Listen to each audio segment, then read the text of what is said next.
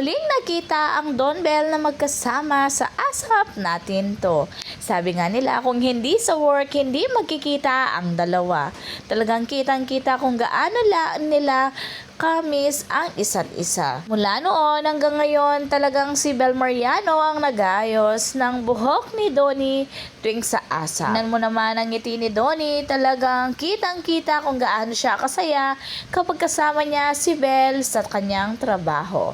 Sabi nga niya ay sobrang na-miss niya daw si Bel Mariano dahil ngayon lang sila nagkita muli. Sa backstage nga ay kitang-kita kung gaano talaga kayakap ni Donnie kay Bel nang mahigpit na ayaw na niyang bitawan ito. Kaya nagpapasalamat ang mga fans kay Darla dahil nakuhanan niya ng larawan na sweet ang dalawa sa backstage. Dito pa lang ay kitang-kita na nagigil na si Donnie. Sabi nga nila ay, "Thank you Ma'am Darla, sarap sa mata, na-miss talaga ni Donnie si Bel, higpit na higpit ang akbay." Hanggang si Darla ay mahal na mahal niya ang dalawa.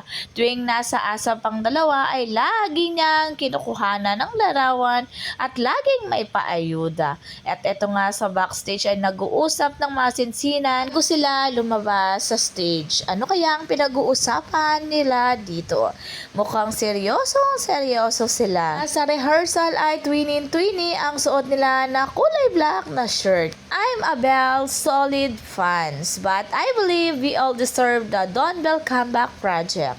That's worth the long wait, whether a movie or series. It should be something that's made just for them as the lead.